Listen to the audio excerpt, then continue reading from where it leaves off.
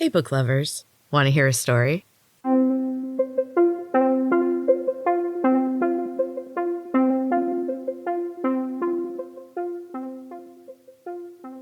Welcome back to Storytime with Em. This is a mini episode from Em's Books and Cats podcast where I am sharing my book Feelers, a chapter or sometimes two a week, and we are very close to the end. Please enjoy chapter 27 of Feelers. Mills talked for hours. At some point, Elena left the hut, but I didn't notice at the time. It was only after Mills left to meet with the village leaders that I snapped out of my intense stupor and stumbled outside to find her. Elena was seated on the platform behind the hut. The sun was sinking behind the trees, and the sky was growing gray with pre-dark. Her feet swung under the platform above the empty space.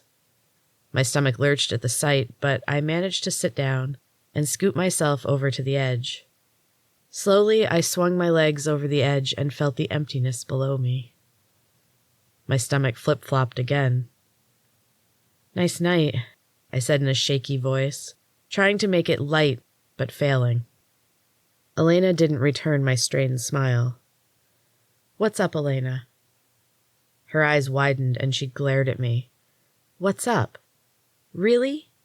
Oh, I don't know. Maybe the brain exploding information that we just learned? Among other things, the fact that you have to be a third incarnation for it to work?" I put my hand to my forehead and squeezed my temples. "So, I don't mind. You have to die." I swallowed and waited for my heart to slow down, but it wouldn't stop pounding. I leaned my head against her shoulder and sighed shakily. "I know, but I don't have a choice." Mills laid it all out. What they knew of Misha's plans was amended by Elena's knowledge. The layout of the wellness labs were sketched on large leaves that Mills spread before us. There were slashes through the ones already destroyed by Misha's Golden Army. The layout of the wellness labs were sketched on large leaves that Mills spread before us. There were slashes through the ones already destroyed by Misha's Golden Army. The wellness centers were focused on understanding the Starborn through scientific experimentation. Until our escape, no Starborn had survived their tests. They refused to accept that some things could not be explained with science. The dregs called themselves the Aurora and didn't side with either group. Many were the Starborn, abandoned to the forest by their terrified parents. And there were some regular citizens that had just abandoned the city, the rules, and Hyptis. Most of the Aurora lived in the trees, but some dwelt below the ground in the caverns within the mountainside. The split was almost entirely the regulars in the caves and the Starborn in the trees. There was no tension between the groups, but there was no unity either. Until now, it had not mattered. Their focus had been staying invisible, while the other groups destroyed each other. Now they were counting on me to end it. This was when Elena left with a soft choke sound. Mills watched her go and reached across the table to take my hands. "Listen, Hesh," she said. My head snapped up. Mills laughed. "Please, I know who you are. Better than anyone else. I know your true name. Now listen up." She leaned in close. "Your friend is already locked in her powers. But you, my dear, are different. I know you hate the word, but at times it has great power." She squeezed my hands tighter and looked intensely into my eyes. "Do you ever wonder," she whispered, "what you are exactly?" "I'm a witch." I responded immediately. I had known, but I hadn't understood. Suddenly it all made sense. "Just like you."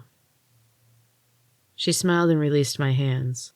She leaned back and refilled our teacups. "Unfortunately, you're right," she said, lifting her cup to her lips. Elena was staring at her hands. They were knotted tightly in her lap. Her pale fingers were bloodless and glowed in the light of the rising moon. "It's not like I'll actually die," I said. "I'll be back. bigger and better than ever. I tried to smile, but Elena's expression was solemn. You have no idea what you're talking about. You don't know how much it hurts. It won't last forever, I said defensively.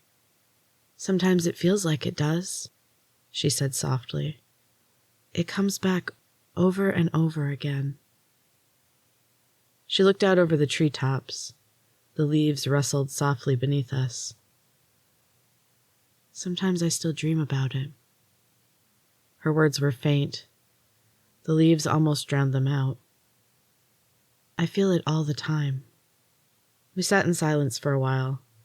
I didn't know how to respond. Her words made the ball of fear in my belly twist painfully. With a sigh, Elena pushed herself up and walked away without a word. I didn't follow her. There was nothing I could say to make her feel better. It was an impossible choice. I sat there for a long time, watching the leaves beneath my feet. I didn't hear her approach, but after some time, the young girl who had previously accompanied Mills appeared beside me. Hello, Hesh. Her voice was a high-pitched whisper. She sat down beside me and swung her feet through the air that was below us. Do you remember me? Of course, I replied. She smiled happily but said nothing else. What are you? I asked after a while. Starborn or witch? She smiled wider and flung herself onto the platform. She lay on her back and pointed up at the sky. The immense black space above was speckled with thousands of stars. Look there, she said in her odd voice. Lay back, look up, relax. She grinned at me. I lay back on the hard platform and stared up at the sky. The world disappeared, and I was absorbed into it. Just breathe, she said quietly. I tried to take a deep breath, but it felt like a weight lay on my chest. The sky pressed down upon me, and panic blossomed deep within. The stars began to move. They swooped and swirled across the sky in haphazard patterns. You see it? She asked. I couldn't respond. The sound that came out of me was a mix between a gasp and a squeak. The weight on my chest was crushing, and my lungs were on fire. She laughed, the laugh of a young girl, childish and wild, free. The stars stopped suddenly. The pressure rose from my chest, and the cold air rushed in. I coughed hard and rolled onto my side, pulling my knees into my chest and trying to regulate my breathing. Do you understand yet? I shook my head. She laughed again and sat up. She crossed her legs and watched me struggle. You will eventually, when you need me. I am your friend, Hesh. I know your true name. My coughing ceased and I sat up. She was gone. I looked around quickly and got to my feet, but she had completely vanished.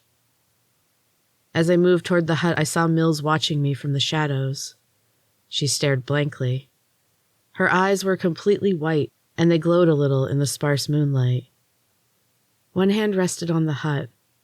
The other reached out at something I could not see. I approached her cautiously. Her body was tense and straining. Her hand trembled, yet her face remained vacant and slack. Without thinking, I touched my fingertips to hers, and the surge of energy sent me flying backward. I skidded to a stop at the edge of the platform, catching myself against a post. Mills crumpled to the ground. I scrambled to get up and run to her. My body ached painfully when I tried to move, but I made it to her side. I was relieved to find her breathing. Her face wore an expression of peace, as if she was sleeping comfortably in bed. Mills, I whispered. She won't wake. The girl stood camouflaged in the shadows. Her soft voice made me jump. Her high-pitched giggle pierced the quiet night. She does this all the time.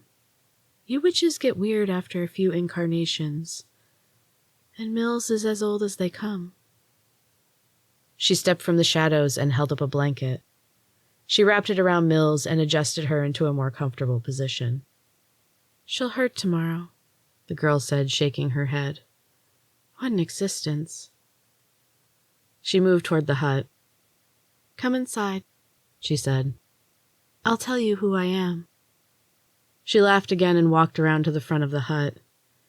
I looked at Mills sleeping peacefully. There was a small smile on her usually worried face. The wrinkles were smoothed away, and she looked young again. Younger, anyway. Inside the hut, the girl was seated at the stone table waiting for me. She removed the black shawl she wore draped over her shoulders. Her dress was black and worn, but I was distracted by her skin. Her arms were covered in crisscross scars from wrist to elbow. The skin was red and angry. Parts of it glowed and shifted as if there was lava beneath the surface. "Are you afraid?" Her voice was unsettling. I was afraid, but I knew better than to let her know that. "No," I replied in a calm, clear voice. I kept my face expressionless. It was not easy to maintain. She laughed. "Okay," she said with a grin. "We can pretend that's true." She put her heavy black boots on the table and leaned back. There was nothing to support her, but she floated comfortably in space. When I'd first met her, she'd seemed young, but now she looked more like a sullen teenager. Her dark eyes bore hints of the same fire red that adorned her forearms. I couldn't maintain eye contact with her. It made my skin crawl, and I could only withstand it for a few seconds. "You need to open yourself up, Hesh. Let it all in. You know what I am." She sighed and rolled her eyes.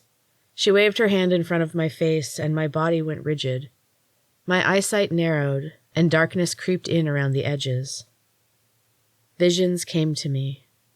Volcanoes, fires, and towering buildings of flame. The blackest night sky, the dancing stars, tiny balls of fire, electricity, lightning, destruction. "You're my sister," I said suddenly, and my body went limp. There was a bright flash, and then darkness. And that is the end of Chapter 27, book lovers. I hope you're still enjoying Feelers. I will be back next week with a new chapter, and we are getting closer and closer to the end. And then I'll have to pick another book. What will it be? Until next time, book lovers, keep reading.